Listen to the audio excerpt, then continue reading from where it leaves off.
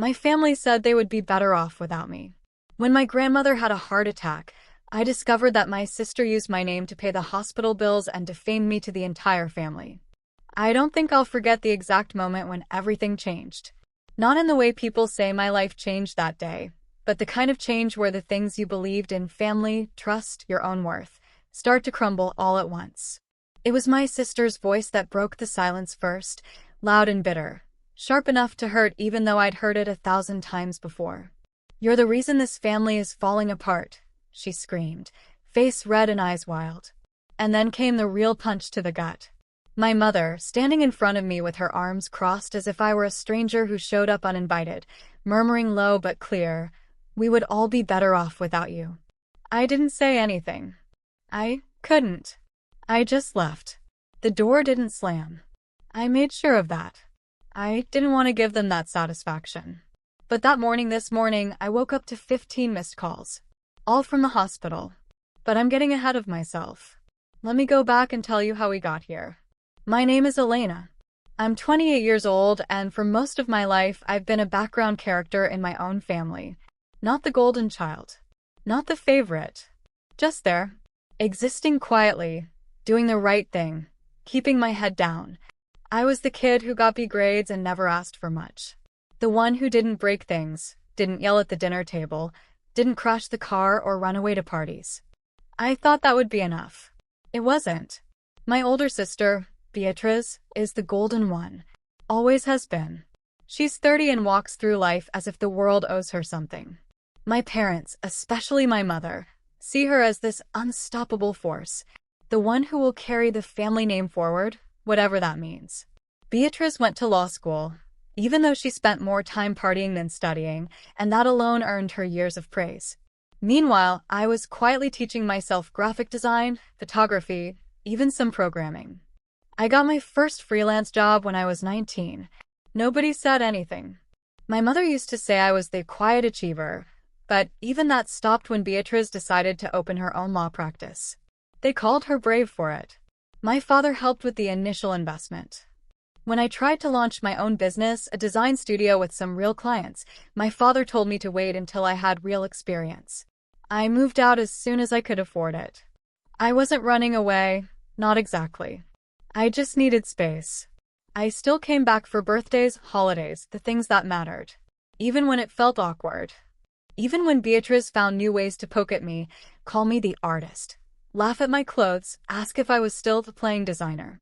It wasn't just her, though. My parents never intervened. They let it slide always. This year, things started to get worse. I don't know exactly why. Maybe the tension had been building up. Maybe something broke in Beatrice, or maybe I just stopped letting things slide. It started with small things. I'd show up at the house and find my place at the table taken. Nobody asked if I wanted coffee or help with the dishes. If Beatrice needed something, like help assembling furniture or setting up the new sound system, suddenly I was important again. Then I'd go back to being invisible. The turning point began a few weeks ago. It was my mother's birthday. Big party in the garden, barbecue, the usual routine of wine and animated conversation. I showed up with a gift I'd really thought about, a personalized photo album that took me weeks to put together, with digitally restored photos from her childhood, handwritten captions, and engraved leather cover. I thought that maybe this time it would register. Maybe she'd see that I cared in my own way. But when she opened it, all she said was, "Oh, how different," before setting it aside on the table and moving on. Meanwhile, Beatrice arrived 40 minutes late with a bottle of expensive champagne and received a standing ovation. I was used to it, but what hurt more was what happened afterward. I was helping bring out dessert when Beatrice started telling a story about how I cried in gym class in high school. Total lie. Everyone laughed, including my parents. Nobody looked at me. I stood there holding a tray of brownies like an idiot, face hot, jaw locked. When I finally put down the tray, my mother just smiled and said, "You were always too sensitive, Elena." After that night, I decided to put some distance between us. I ignored a few texts, skipped one of the Sunday dinners. I needed air. I needed perspective. But that only made things worse. 2 days ago, my mother called to guilt trip me. She asked if I'd forgotten I was part of the family, said that Beatrice was worried about me, which was ridiculous. When I didn't take the bait, she asked me to at least show up for dinner on Friday night. Just the four of us. It'll be good to catch up, she said. Start fresh. Against my better judgment, I said yes. I thought maybe they missed me. That maybe it would be different. It wasn't. Dinner was tense from the start. The food was good. My mother always made a good roast, but nobody was really talking. Beatrice was on her phone half the time, and my father just kept drinking his beer, eyes alternating between us as if waiting for a show to start. I tried to keep things light, asked about my mother's garden, mentioned a project I was working on. Blank stares. Grunts. Beatrice said, "Sounds like a lot of time wasted on something nobody will ever see." I told her calmly that I actually had some clients who liked my work, that I'd built a fairly stable income and was even thinking about renting a bigger studio next year. That's when my father laughed and said, "So you're finally going to get a real job?" Something broke in me then. Not loud. Not dramatic.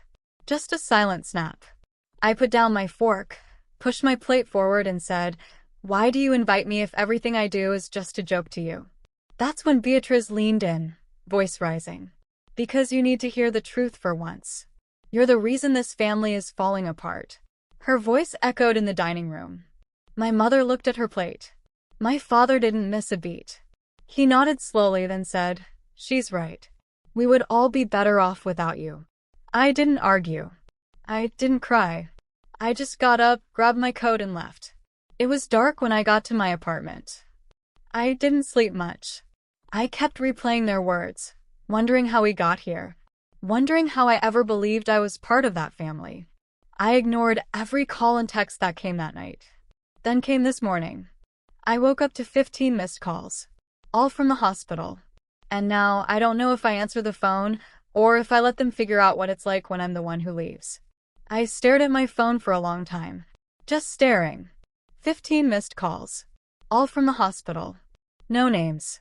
Just the same generic caller ID repeating itself several times, like an alarm I'd slept through. I didn't feel fear at first. Just confusion. Numb confusion, the kind you feel when your body wakes up before your mind. I got out of bed, legs heavy, head still replaying the night before. Beatrice's voice echoing. My father's words like ice in my chest. Then came the messages. From my mother. One after another. "Elena, please call me. Something happened. It's your grandmother." That one was different. I didn't respond. Not immediately. I just sat on the edge of the bed. Sunlight coming through the blinds as if nothing had changed. But everything had. Because the truth is I didn't feel panic. I didn't feel anything. That's when I realized how far they'd pushed me. I always assumed that no matter how bad things got, some primitive part of me would still care. Would still need them. But in that moment, looking at my phone, all I felt was cold distance. Like I was watching a stranger's emergency unfold through someone else's screen. Eventually I called. Not because I wanted to, but because I needed to know. A nurse answered. Polite, professional, distant. She said my grandmother had been brought in with chest pains. Possible heart attack. Stable now, but under observation. They were trying to contact family members in case things changed. I thanked her. Hung up. And still, no part of me moved to rush there. Instead, I sat in silence, letting the weight of everything settle. Letting the irony bloom. "We would all be better off without you," he'd said. Less than 12 hours later, my grandmother's heart failed in the middle of sleep. I don't say this with bitterness, just observation. As if the universe was listening. An hour later, another call. This time it was Beatrice. I let it go to voicemail. Her message was short, clipped, almost robotic. "You need to come. Grandma is asking for you." This was new. My grandmother never asked for me. Not once in my adult life had she made it clear she wanted me around. Not when I moved out. Not when I graduated. Not when I landed my first big client and sent an email with a portfolio I was proud of. But now, when she's scared and connected to monitors, now she remembers my name. I didn't go. Not that day. Instead, I cleaned my apartment. Scrubbed the kitchen counters. Vacuumed under the couch. Organized the cables behind my desk. I needed control over something. I needed to ground myself in a space where I wasn't invisible. By nightfall, Beatrice had called 4 more times. My mother 3. I didn't answer any of them. I turned off my phone and went for a walk. Cold wind. Empty streets. My footsteps echoing in the silence. I thought about how many years I'd spent bending to fit a mold they never made room for. How many holidays I'd shown up out of guilt, only to leave feeling smaller than when I arrived. I thought about the tray of brownies I held like a peace offering. The laughter. The look on my mother's face when she said it. We would all be better off without you. I don't know when it became normal for me to accept so little. The next morning, I gave in and went to the hospital. Not because I forgave them. Not because I missed them. But because I needed to see her. See the woman who thought diminishing me made her bigger. I walked into that sterile white room expecting to feel something. Anger. Sadness. Relief. But all I saw was a tired woman. Connected to machines. Eyes closed. The lines around her mouth tighter than I remembered. My mother was sitting beside her, mascara smudged, hands clasped together like an unanswered prayer. Beatrice was in the corner, arms crossed, avoiding eye contact. When I walked in, they both looked up. Elena, my mother spoke first. Thank you for coming. Beatrice didn't say a word. Just nodded barely. I didn't sit. I stood there, near the door, heart steady. After a long silence, my grandmother opened her eyes. Groggy. Unfocused. Then they landed on me. Elena, she murmured, voice thin as smoke. You came. I waited for something. An apology. A trace of regret. But all she said next was, I didn't mean what I said. I wanted to believe that. I really did. But the thing about a lifetime of being second choice is that you start recognizing empty words before they hit the ground.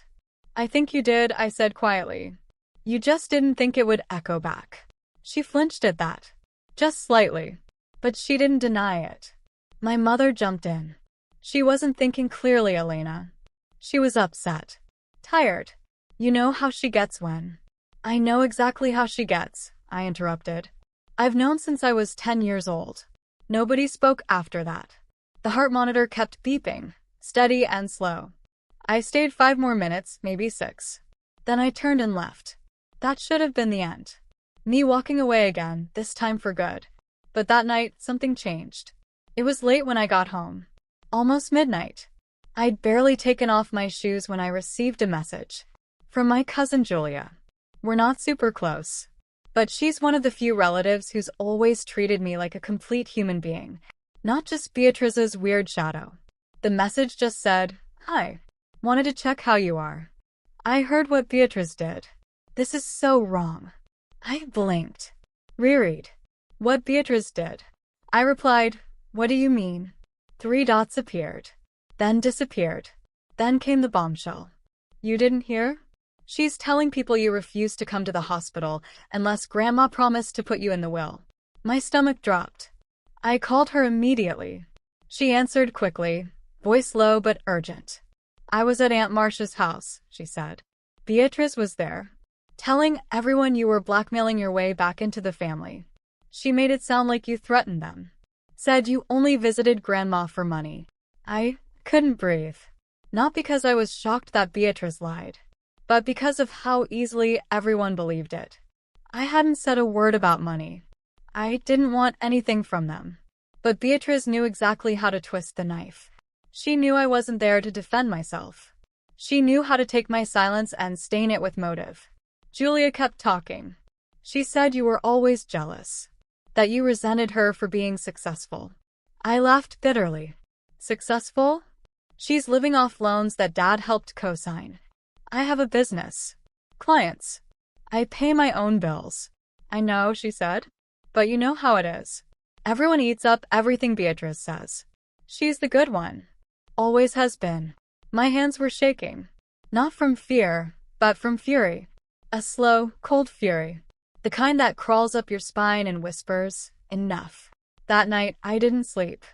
I pulled out my old external hard drive. The one I hadn't touched in months. And I started organizing files.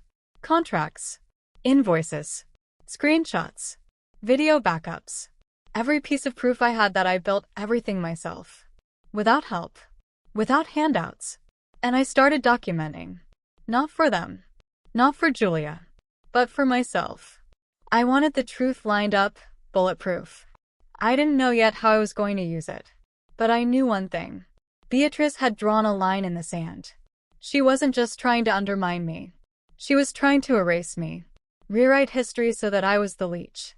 The manipulator. The weirdo trying to crawl back. She didn't realize I'd been documenting things for years. Old texts.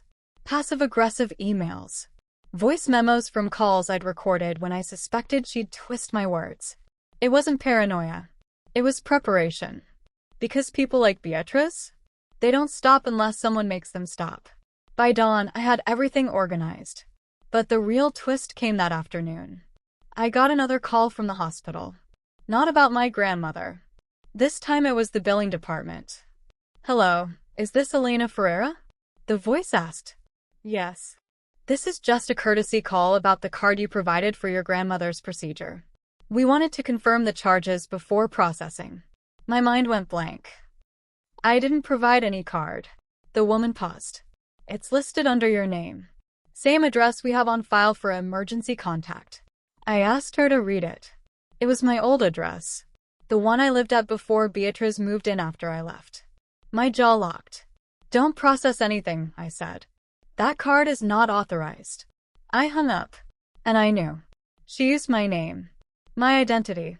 To pay for Grandma's hospital bills. Probably to look like a hero. Maybe even to make me look guilty if they found out later. I sat there, heart pounding, as the pieces fell into place. The lie about the will. The smear campaign. The fraudulent charge. This wasn't family drama anymore. This was war. And Beatrice had just made the biggest mistake of her life. I don't remember the exact moment I hit rock bottom. It wasn't a dramatic collapse. No screaming. No tears. It was more like a slow, silent sinking. Like waking up underwater, realizing I'd been drowning for a while, and wondering if it was worth swimming back to the surface. After that call from the hospital billing department, I didn't yell. I didn't punch a wall. I just sat there in my chair, staring at nothing, while the weight of everything settled. Beatrice had used my name, my identity, to cover a hospital bill. And she'd done it so casually, as if it were just another tool in her arsenal. Another story she'd twist later. Maybe to say I'd offered to pay, or that I tried to buy my way back into the family. After all, she was already planting those seeds, wasn't she? The betrayal was different this time. It wasn't just words or cold shoulders at dinner. This was calculated. Personal. A theft of both money and narrative. And it hurt. Not because I needed their approval anymore. I was done chasing that. But because it confirmed something I'd tried so hard not to believe. They didn't just fail to see me. They chose not to see. I called the hospital back. Said the charge wasn't authorized. They were polite but useless. Said I'd have to file a fraud complaint with my bank. And that they couldn't remove the card unless someone else took financial responsibility. I asked who added my card in the first place. They said it had been provided during admission, and that the form was signed by an Elena Ferreira. I asked for a copy. They said they'd mail it. I already knew what it would show. Beatrice's handwriting, or maybe some sloppy attempt at copying mine.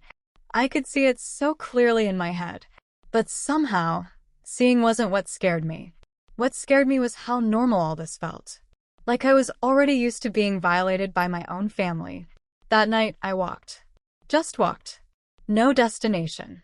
My legs just moved, block after block, as if trying to escape the thoughts in my head. The sky was cloudy. The streetlights hummed. And every breath felt like glass. I didn't cry. I didn't scream. But I felt empty. Absolutely destroyed. The next few days passed in a fog. I didn't work. I didn't sleep. I ignored messages. Ignored calls.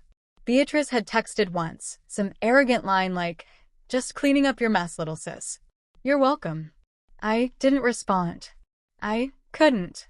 I didn't trust myself to say something I wouldn't regret. My mother texted too. Said they were worried about me. That Grandma was home now. Recovering. That we should let things go and come together. I almost laughed when I read that. Come together. As if we were some sitcom family having a disagreement about Thanksgiving turkey. Not a broken household held together by manipulation and selective memory. Then came the mail. The hospital admission form. The signature wasn't even close to mine. It was laughable. Big, rounded letters trying to imitate my handwriting. But full of inconsistencies. Sloppy. Rushed. Obvious. Beatrice didn't even try to hide it. She thought I'd bow down. She always did. That was the moment something shifted. Not anger. Not revenge. But resolve. I opened a new folder on my desktop. Labeled it Truth. And I started building. Every email. Every voicemail. Every screenshot of Beatrice's messages. Every receipt showing my real address. My real banking information. My business activity. I pulled copies of my company records. Dated from years ago. Proof that I wasn't living off favors or jealous or still trying to figure things out. I found photos. Old ones. From family dinners where Beatrice cropped me out before posting them online. From parties where I was the one behind the camera, never in front of it. And I started writing. Not a Reddit post. Not a letter. But my story. For the first time in my life, I stopped editing myself for them. Stopped shrinking to fit the version of me that made them comfortable. I wrote everything. The comments. The lies. The silent betrayals. The psychological manipulation. I didn't plan to share it yet. I just needed to see it. Hold it. Remind myself I wasn't crazy. That I'd lived through it. And survived. Somewhere in the middle of this process, I started remembering who I was before all this. Before Beatrice's voice became the one that rewrote every room we entered. Before my father's silence swallowed every opportunity to speak up. I remembered being proud of myself. When I landed my first client. When I finished a 3-month project that helped a small business triple their online engagement. I remembered waking up excited to work. Not drained from carrying invisible wounds. I reached out to an old client. One I'd helped redesign her company's visual identity last year. We hadn't talked in months. I asked if she needed any design work. She said yes. And within a day I was back in the zone. Creating layouts. Choosing color palettes. Syncing visual elements. My mind felt clear for the first time in weeks. I worked late into the night. Not because I had to, but because I wanted to. One job turned into 2. Then came a referral. Then another. I didn't announce it. Didn't post anything online. But something had shifted. The more I focused on myself. On building instead of reacting. The more momentum I gained. And the more I worked. The more I realized how much I'd let my family diminish me. How often I'd second-guess myself. Worried if I was being too sensitive or making everything about me. But the truth was they made it about me when it was convenient. When they needed someone to blame. Or when they needed someone to pay the bill. I started going to the gym again. Nothing fancy. Just a few light sessions per week. Getting my body moving. I changed my diet. Started sleeping better. I cleaned my apartment. Donated old clothes. Rearranged the furniture. Threw away things I didn't even remember having. It felt symbolic. Like shedding skin. I even booked a weekend trip. Just me. A small cabin in the countryside. No Wi-Fi. No noise. I brought books, not screens. I hiked. I journaled. I sat in silence and listened to the wind. And somewhere out there, surrounded by trees and sky, I realized something important. I don't need them. Not their validation. Not their permission. Not their love. At least, not the kind they're capable of giving. What I needed was myself. My voice. My story. My strength. When I came back from that trip, I had clarity. Beatrice wasn't just a bully. She was a coward in a loud costume. A fragile ego dressed in bravado. And my mother, she wasn't a matriarch. She was a woman who chose favorites and called it love. And my father, he wasn't innocent. His silence was a choice. His refusal to defend me had consequences, whether he admitted it or not. But I wasn't going to chase an apology anymore. I was going to show them who they tried to erase. It started small. I updated my portfolio. Revamped my website. polished client testimonials, added new services. Then I launched a YouTube channel. Not for fame, just as a creative outlet. Tutorials, design technique breakdowns, behind-the-scenes project commentary. Within a week, a few videos started gaining traction. Comments rolled in. Then more. One video broke 10,000 views. Then 50,000. Emails followed. New clients. Collaborations. I was building something real. Something mine. And here's the thing. I didn't tell anyone. Not family. Not even Julia. I wanted this to grow in silence. Free from their reach. Untouched by their narratives. But the universe has a funny way of delivering news. One evening, about a month after that hospital incident, I got another message. From Beatrice. Short. Arrogant. Heard you're doing YouTube now. Cute. No congratulations. No curiosity. Just condescension. But here's what she didn't know. I had registered my trademark. I had secured contracts. I had filed paperwork. I had gotten stronger in the silence. She still thought I was the same person who'd shrink when challenged. She didn't realize. I wasn't playing defense anymore. I was building an offense. Because the thing about rebuilding yourself is that it's not loud. It's quiet. Intentional. Relentless. And eventually, unstoppable. And the moment she tried to interfere, I'd be ready. Because Beatrice had made a mistake. She'd underestimated how much silence can build strength. And how long I was willing to wait to ensure the truth, finally, was heard. I didn't plan revenge. Not at first. For weeks after I started rebuilding my business and recentering myself, all I wanted was peace. Silence. A life where my name wasn't dragged through lies. Where my accomplishments weren't used as jokes. And where I could wake up each day knowing no one could take credit for what I built. But sometimes, especially when you've been used and discarded for years, peace can only come after justice. And justice doesn't show up by accident. It started with the credit fraud. I hadn't forgotten about it. Beatrice using my name and old address to put my identity on Grandma's hospital bills. I'd already filed a complaint with my bank and was working with them to investigate the charge. But I needed more. Something that wouldn't just reverse the charge, but prove, without doubt, what she did. That's when I remembered something. A year ago, when I was living at that old address, before Beatrice moved in, I installed a small security camera above the door. It wasn't some high-tech system. Just a basic motion-activated camera that uploaded footage to a cloud account I hadn't touched in months. I installed it after someone stole a package. But when I moved out, I forgot to take it down. It wasn't connected to Wi-Fi anymore. But I remembered it had an SD card. And I knew Beatrice. I knew she didn't notice things that weren't about her. Chances were that camera was still there, dead and dusty, but still holding data. The next morning, I drove to the old place. Parked across the street. Just watched for a while. Beatrice's car was there. Same vanity plate. BIA 2030. Subtle as always. No sign she was home. I waited until she left, probably for the gym or to brag somewhere. And I made my move. The camera was still there, tucked in the porch light fixture, exactly where I'd left it. I opened it, pulled the SD card, and left. Quick. Back home, I dug up an old adapter and plugged the card into my laptop. Most of the footage was old. Me getting food delivery, the landlord fixing a leak, a raccoon doing unspeakable things with a trash can. But then I found the right one. Dated 3 weeks ago. Timestamp 2 hours after Grandma was admitted to the hospital. Beatrice. Walking out the front door. Wearing sweats and holding a clipboard. Looking both ways before locking up and heading to her car. It didn't show her signing the form. But it placed her at the address tied to the fraudulent hospital charge. And more importantly, it proved I wasn't there. I saved the clip. Backed it up 5 times. Uploaded it to my truth folder. Step 1. Complete. Next, I reached out to Julia.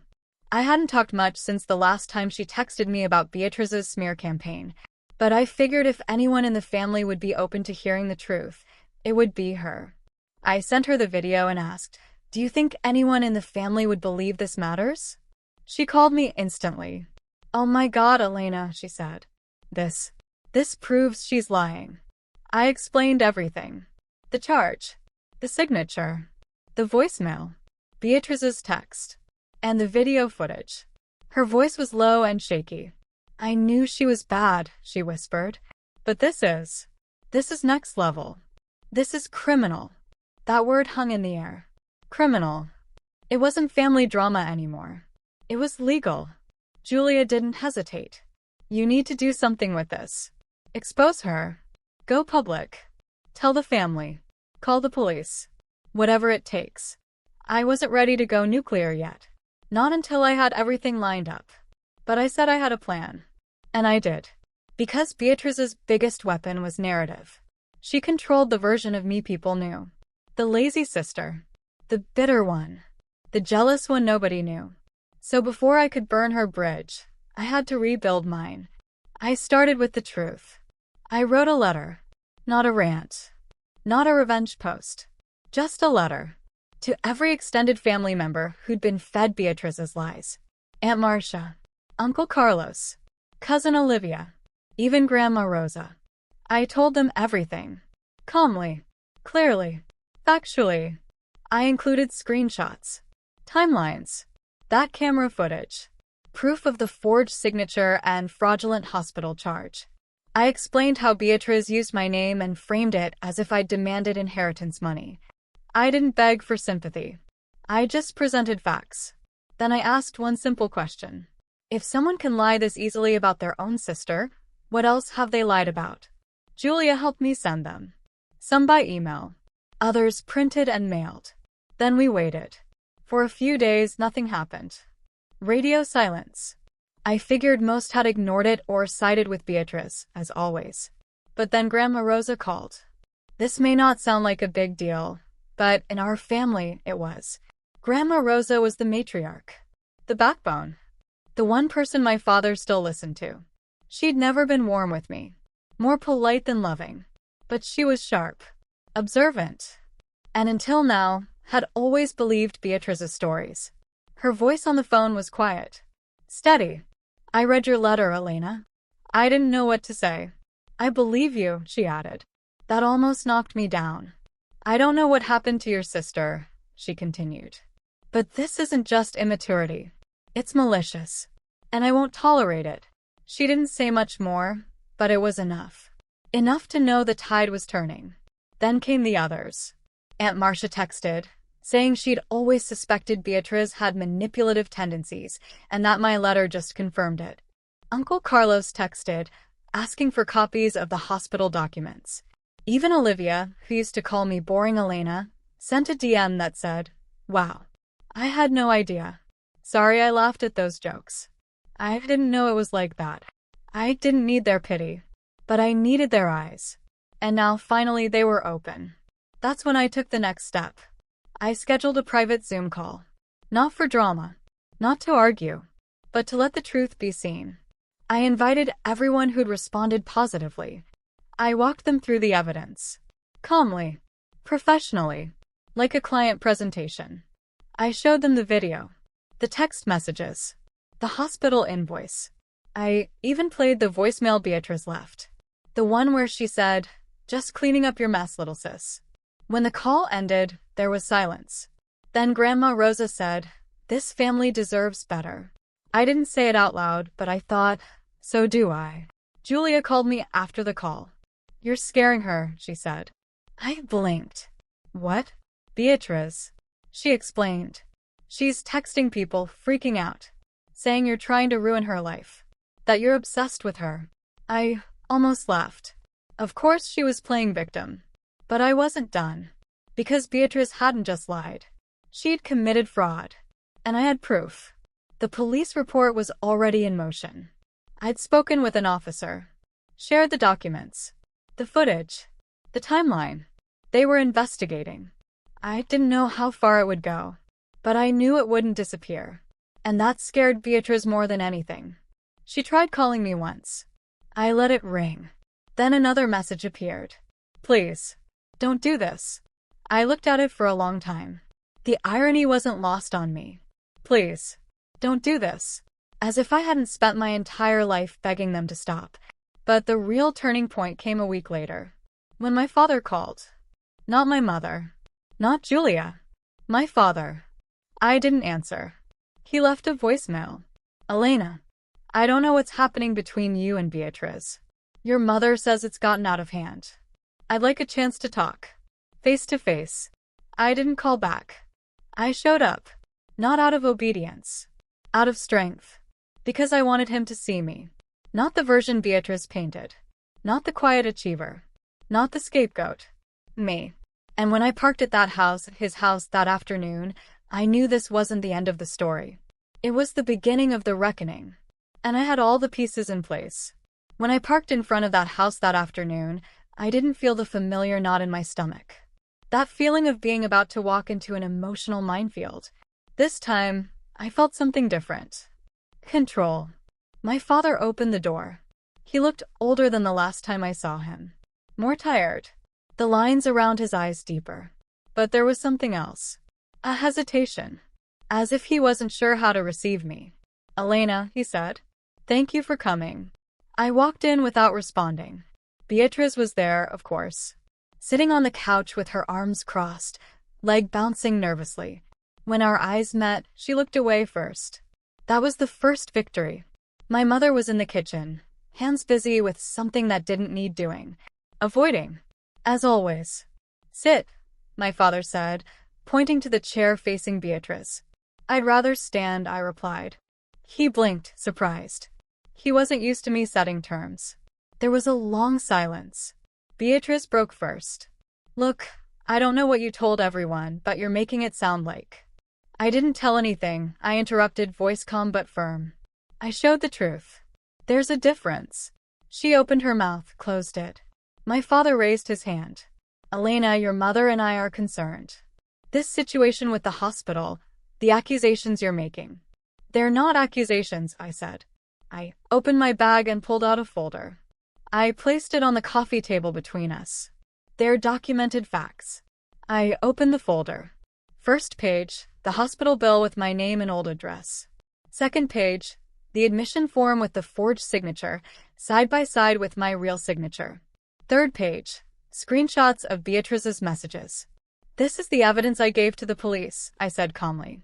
Identity fraud. Document forgery. Unauthorized use of financial information.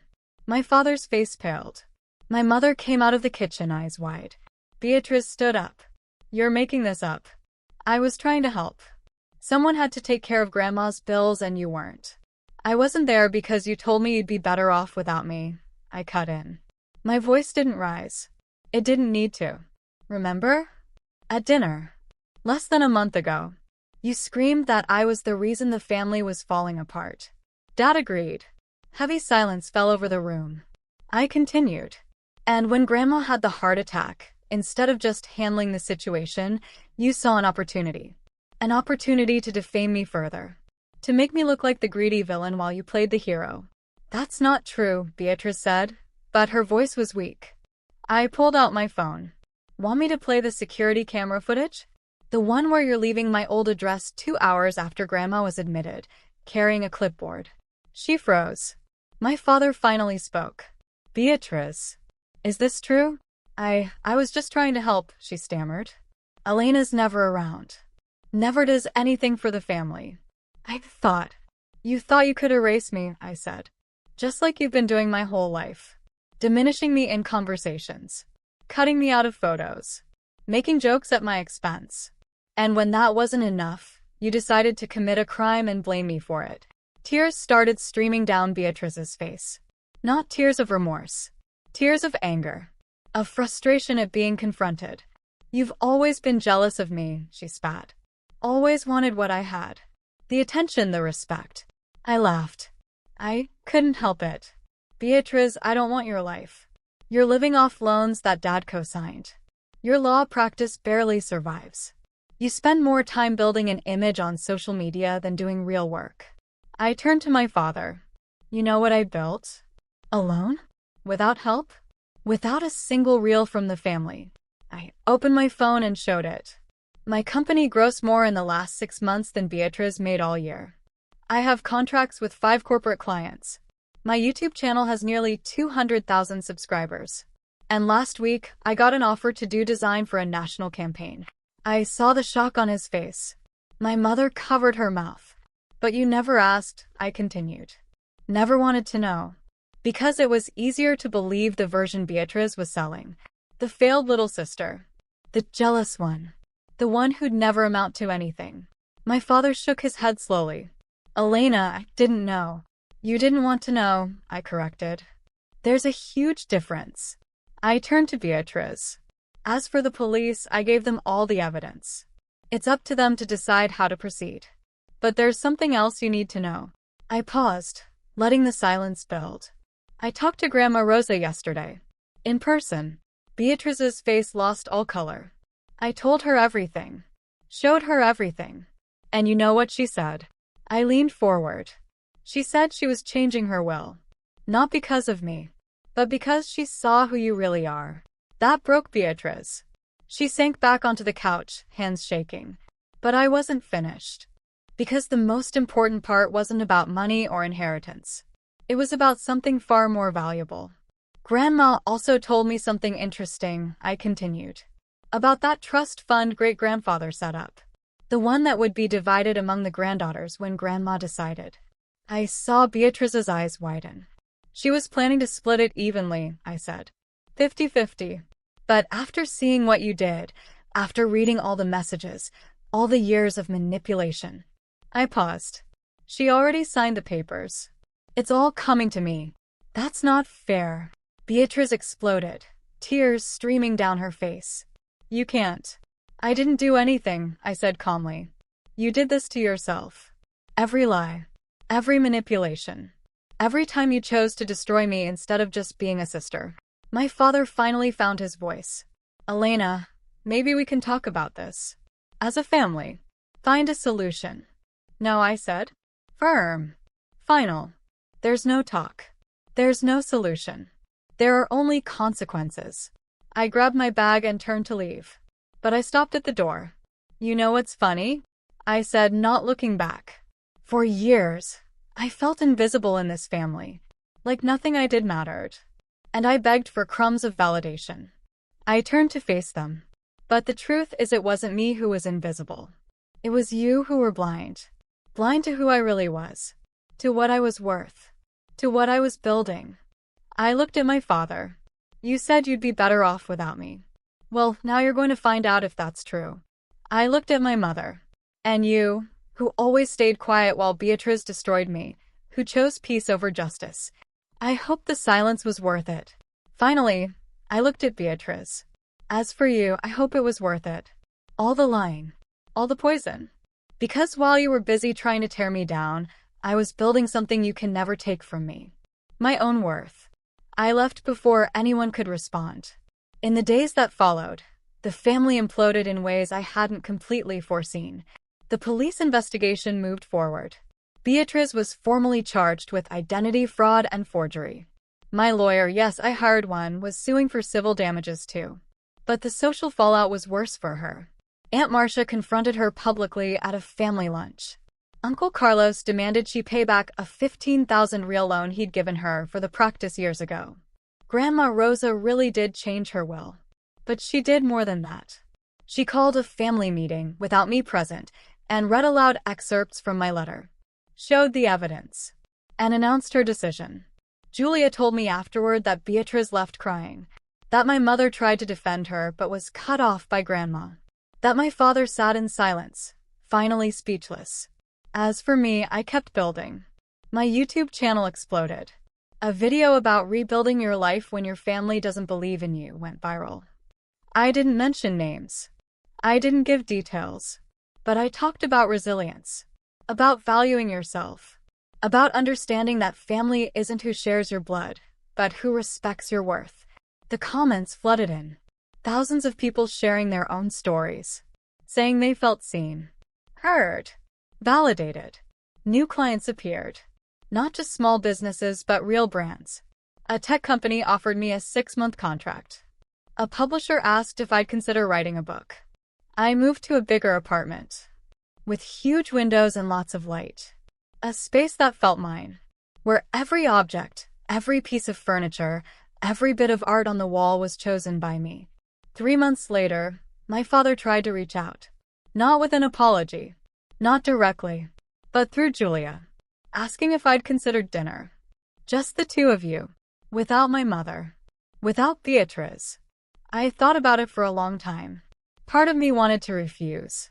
Keep the distance clean and clear.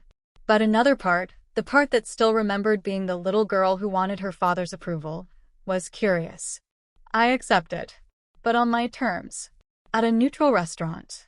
No nostalgia. No remember when. He showed up 20 minutes early. He looked like he'd aged years and months. When he saw me, he stood awkwardly. Elena, thank you for coming. We sat. Awkward silence between us. Finally, he spoke. I messed up. As a father. As a man. I saw what I wanted to see and ignored the rest.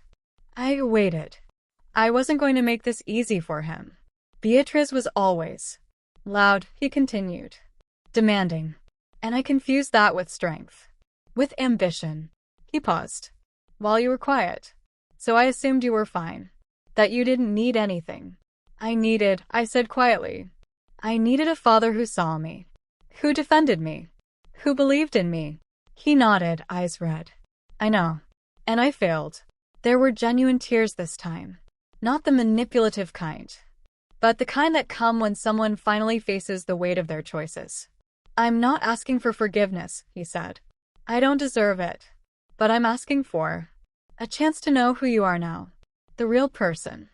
Not the one I ignored. I took a deep breath. Dad, I forgive you. Not because you deserve it. But because I deserve peace. I saw relief flood his face. But, I continued, forgiveness doesn't mean resetting everything. It doesn't mean pretending it didn't happen. It means I let go of the anger. But the boundaries remain. He nodded slowly. I understand. I may not be at every family dinner, I said. I may not want to rebuild something that was never solid to begin with. But if you really want to know me, if you want to do the work, we can try. Slowly. Slowly, he repeated. I can live with that. We ate dinner. The conversation was careful. Hesitant. But real in ways it had never been before. As I was leaving, he stopped. That video you made. The one about rebuilding. I watched it. I blinked, surprised. You did. About 20 times, he admitted. And each time I realized more of what I took from you. What we all took. I didn't know what to say. You're extraordinary, Elena, he said, voice breaking. And I had 30 years to see it. But I was too busy looking in the wrong place. Those words, coming 30 years too late, still found some hurt piece inside me that needed to hear them. It didn't fix everything. But it was a start. As for Beatriz, we haven't spoken since. I heard through the family that she was going to therapy. That she was trying to rebuild her practice. That there was a quietness about her now that wasn't there before. I didn't root for her downfall. But I also wasn't tied to her success or redemption anymore. My mother sent occasional messages. Never direct apologies. But small acknowledgments. Saw your new project. Impressive. Thought of you today. I miss you. I responded when I felt inclined.